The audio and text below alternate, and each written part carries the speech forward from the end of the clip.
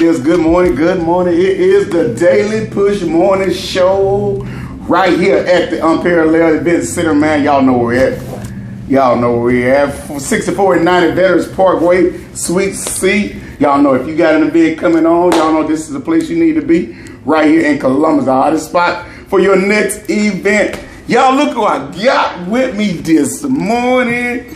Mr. Everything, Mr. Mardi Gras, Mr. Now New Thing Going. I'm gonna let you talk about that. Yeah. Just all over the city. Dr. Rocky, what's going on, sir? Man, what's going on, morning, man? man. Hey, morning, everybody watching us live. So you gave your plug. Let me give me my plug, because you have tuned into a great day. This is a double episode. So let me give my plug. Hey, good morning, everybody. Welcome. This is Dr. Rocky Miles, host of Real Talk Radio, the place where we take everything real and turn it into segments for easily digestible bites. You can tune in to me on YouTube at Rockstar ENT, Facebook, Instagram at the same. I'm joined here with my man Frank Kent for our first ever double episode. First thing. Hey, first man. time, don't y'all go bite this. Don't y'all do that. Yeah. You know how they do. Yeah, how you do, man. Two shows going on one time. It's sign time. Man, been a while. Have you got any rest since Mardi Gras?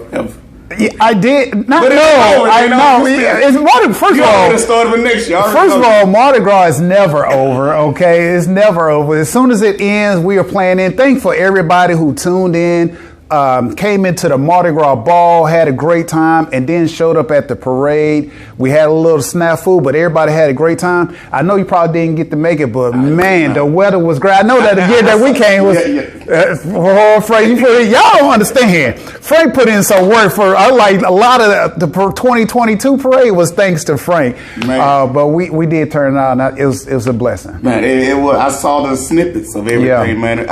One thing I know about you, if you put your hands on it, it's going to be a great show. Yeah, well, we're looking forward to 2023, but until then, we already working on some other stuff for right now. What we working? Well, first, I don't know if you noticed something since last time we talked. Yeah, I do know. I mean, oh man, it's a connection that's done happened. It's a connection. Let me get this. There's some upset people out here. I don't know about upset. Don't be saying that. We gonna edit this out, okay? On my show, we gonna edit this part out. On my show, we gonna figure it right out. No, man. So congratulations. Appreciate it. Many people know me and Miss D been rocking hard. Went on ahead and crossed the boom, got married. Jumped the broom. Yeah, so now I know y'all know me as Mardi Gras man, but now it's Mardi Gras man and wife. So we're doing that. Tag team back again. So she's been behind the scenes a lot. She always been behind the scenes supporting, and we've always supported each other. That's a great thing. So if you're watching, babe, good morning. Okay. Gotta go. You better get that on. Let me go and get that out there. Good morning, everybody tuning in. Y'all know how we do it. Y'all know, y'all see who it is. Dr. Rocky, Keisha Q Miles, LaShawn, what's going on? Tammy Nicole, good morning. What up, bro? RTA, good morning to everybody. Y'all, Doc. Yeah, man. We're going to get into the future, because I like it. Okay. No, you got to have a little juice in you when you can call somebody from the future to right now. Okay. But we got lost a 16-year-old killed on Diane Street this weekend in Columbus. We got that large killing that went on in between Montgomery and Birmingham with the 16-year-old party, and 4 dead, 25 people injured. What do we have a gun problem in this world, or we got a people problem? Well, let me preference by saying something, because of my next statement, I have to tailor my remarks in a certain way. Correct. So one thing is, for everyone watching live, one of the other new things that Frank and I haven't gotten into, and those listening to us on Real Talk Radio, is that I'm your new candidate. We getting there for City Council District 10 at large. So if you want to follow me, which I'll plug in at the end, look at Vote for Rocky Marsh on Facebook, Instagram, Twitter, YouTube, and TikTok. Yes, I'm all over the place. But I want to thank for those who've been supportive of the launch, been supportive of the campaign and the platform. And because of that, let me talk about this. Do we have a gun problem globally, worldwide? Yes, we do. And it's very unfortunate that to have any loss of life, and they define a mass shooting as if 4 or more people are killed in a particular incident, not to include the shooter. And So do we have a problem? Yes, but the way to address it is so much. It's just too much in one conversation, but we could talk it one conversation at a time. Right. So where do we start then? Since it's got to be, like they always say, how you eat an elephant in one bite. So where is the major problem we need to start first? We can't just start anywhere. We have to start everywhere. So one of the things that I'm running for, and I say this, like many candidates, when they come on your show, when they appear, they share that what they call their platform. Right. Okay. Everybody has a platform, but sometimes their platform is structured. I'm running on this, and this. What I see it is when you run on just those things, what happens when those things are no longer the pressing thing? Correct. Then what kind of leader are you? So I'm always concerned about crime because crime crosses everything else and makes it harder to sell homes in a neighborhood. I don't want my kid to go to that school in that neighborhood. Businesses don't want to open up. So when you're looking around the corner, while you can't get certain amenities like other parts of a city, right, those play into it. So the way is you got to take small bites. Everyone, when I talk to constituents, when I talk to people, just regular conversations, most of the comments I hear is, we have to do this. I agree, but it has to be in conjunction with other things. Okay. Because you can't, if you saw that, you say, well, let's go do this. Let's pass this law. Let's do this. When you do that one thing, it's not going to reduce anything to zero. You have to do other things at the same time. But don't seem like nobody want to do nothing but just talk. I think people who really are concerned about it as well know the magnitude of things that have to happen, and it gets hard for people to feel like, but you have to continuously make the small pushes, right, in every facet. In schools, a lot of schools have taken like the metal monitors, and nobody wants to see that when they take their kid to school. But is it necessary nowadays? Probably so. Was that Lean On Me with that principal? Yeah. So they putting metal detectors. It's cool. So, but we got to do something. And like I said, I just see everything I hear people saying the same thing: gun laws, this and that, and ages when you can buy a gun, when you can. But I'm like, okay, if you know that, let's do that. If you think that's going to solve it or bring it down, why we just don't do that? Why we just got to go through all these motions, these different people? We've had enough babies killed. I think we have enough shooters in elementary schools to say, hey, we need to do something. I think we've had enough outside and around about. We need to do something. Assault weapons is the biggest thing on the table with everywhere, assault weapons. Why do we need assault weapons? I know we need them in the military because you want to be able to do that, but I don't need why people need them at their house. No, and you and I both, sir, and we've had this conversation offline before about weapons that I've had to carry every day in the military. I don't want to carry a weapon anymore. I have to. I carry the thing. But one thing that I did want to mention is that that I found to be an interesting topic that I've seen new in our legal system nationwide is that I believe it's the Virginia shooting where the kindergarten, not the kindergarten, but the young kid shot his teacher. And so this is the second case where the parent, now there was some unique circumstance about that particular child. However, what I have seen the justice system do now is hold parents accountable by bringing them in. And I think that's a great start because now you learn that it's not just a kid just choosing to do something. Yeah. Sometimes there's been a lack of instruction, leadership, example, responsibility that has led to that kid. I understand you got to say it the right way. I can say it. How you want to say it? Yeah, these dumb ass parents leave their gun on the table or in their drawer and they know their kid know it. I've been saying the first thing we do is charge the parents. If you set a precedent that if your child bring a gun to school, we charging you. Unless you can prove that your child went to this store and bought this gun themselves and that store sold it to them, now we're going to deal with the store. But until then, you are responsible. And I think it's a great start. Guardians, anybody that's over that child, you're responsible. And I think it's a great start because regardless of what charges are made or what charges stick and sentencing, you get a greater story about what this child has been exposed to. Because sometimes it wasn't just the parent, it was this parent had a friend and that parent allowed this kid to hang around with the friend, and that's what the access come. So sometimes, and then, you know, if the law, if the guidance progresses and grows, maybe, you know what, okay, it wasn't this parent kid, but now we found out this child's kid parent at their house is not being responsible about protecting the weapon, and then now we can go there, because at some point somebody has to be liable. Yeah, but you got to be responsible, Dr. Ralph, for your own kid. Ain't none of my kids going to nobody's house that I don't trust, that's going to be doing pretty much what I do. And I'm not going to allow my kid to go. I'm checking stuff. Yeah. So, and my kid going to know, that's why you have to teach and talk. Certain things are allowed. Mm-hmm. And we talk about this all the time. You allow your kids to do anything, you don't check nothing. You think they okay, they good with this, they good. You don't know, they dealing with a whole lot of stuff, you don't talk. But ain't no way in the world my child going to put a gun in the book, baby, think going to go to school.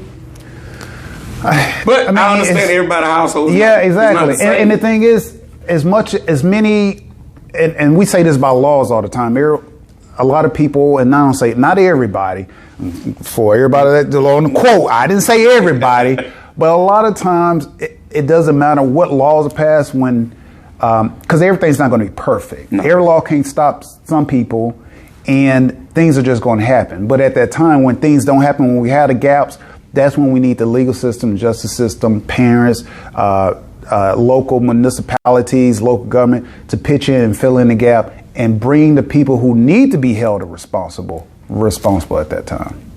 So if we're not going to hold the gun laws, not change the gun laws, we're not going to change because they think big NRA, they got more money, they probably do. And they funded a lot of these people who don't want to change. So if the government, and that's on all branches, are not going to change the laws, what do the people of the city, the state, what can they do? How do they get them to change? I know it's voting, but that's only every 2 and 4 years. And there's so many people that they don't want their amendments taken away from them. Nobody's trying to take all your guns away from you. We're just trying to take certain guns off the street that's going to do a mass shooting. Most time you see they are rifles, assault weapons. So if somebody's shooting a 9, he got from 10 to now they got the extra long clips, so they almost like assault rifle. So how do the people say, hey, we demand this? Well, I'm glad he phrased it like that, because when you have the discussion, sometimes people tend to think that the effort is hopeless. And they start to like, well, what's the point? Yeah, what's the point? More arms. Let me get more guns. Yes, and more guns doesn't solve it.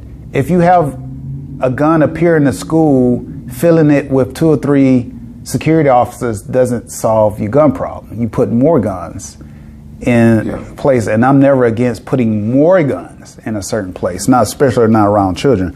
One thing. So you're not really fond of more officers in schools? That's a split question. Having what they call a resource officer. I agree having a resource for quick response. I am for that. I do like the idea of a quick response. If nothing else but to deter, for deterrence. But having a whole squad, maybe over, you know. That's over, but. See you saying? I'm not even going to finish the word because, you know what I'm saying? Pun not intended. So I am in favor of having a resource officer on the grounds because it helps deterrence. It helps rapid response, because rapid response could be the difference between mass 1 or 2. Right. So I am in favor of that special protection. Do we need them at every school or at certain schools? I think wherever. Well, I think this is the thing. If one school deserves protection, don't all schools deserve protection? That's why I would never be in favor of, let's only put them out on schools that we've had problems. Because just because you didn't report a problem doesn't mean there's not a problem. In all schools, because and you and I have dealt in the military where we've done threat assessments. Right. If someone is an assailant and is choosing and is planning to do wrong, they are going to look for the vulnerabilities. If they know a particular school is not abiding by what you just said, then that person is likely to target a vulnerability. So whatever it needs to be protected needs to be equal. But let me segue over to something that you mentioned, because a lot of people think things are hopeless because you say we only vote every 2 or 4 years. However, one of the things that I'll be responsible for as I campaign and if hopeful, sit in a seat of city government, local government is where a lot of movement takes place. It might not vote on a statewide general, but ordinance, things are getting voted on every city council, even if it's from the smallest ordinance to whatever, things are getting voted on all the time. So I would encourage voters, and remind me to talk about upcoming election, but I would remind citizens to vote in every election, not just the 2 year, 4 years, but when we have something locally that an ordinance, it's a tax increase or something like that, that we be informed and be engaged. Because the small things, as I mentioned before, affect the larger things. Well, you got to know that it's only a certain few people who know what's going on when it's going on. They got it on CTGV all going around, but a lot of politicians, a lot of people don't tell the people in their district or in a certain area, hey, we're voting on this.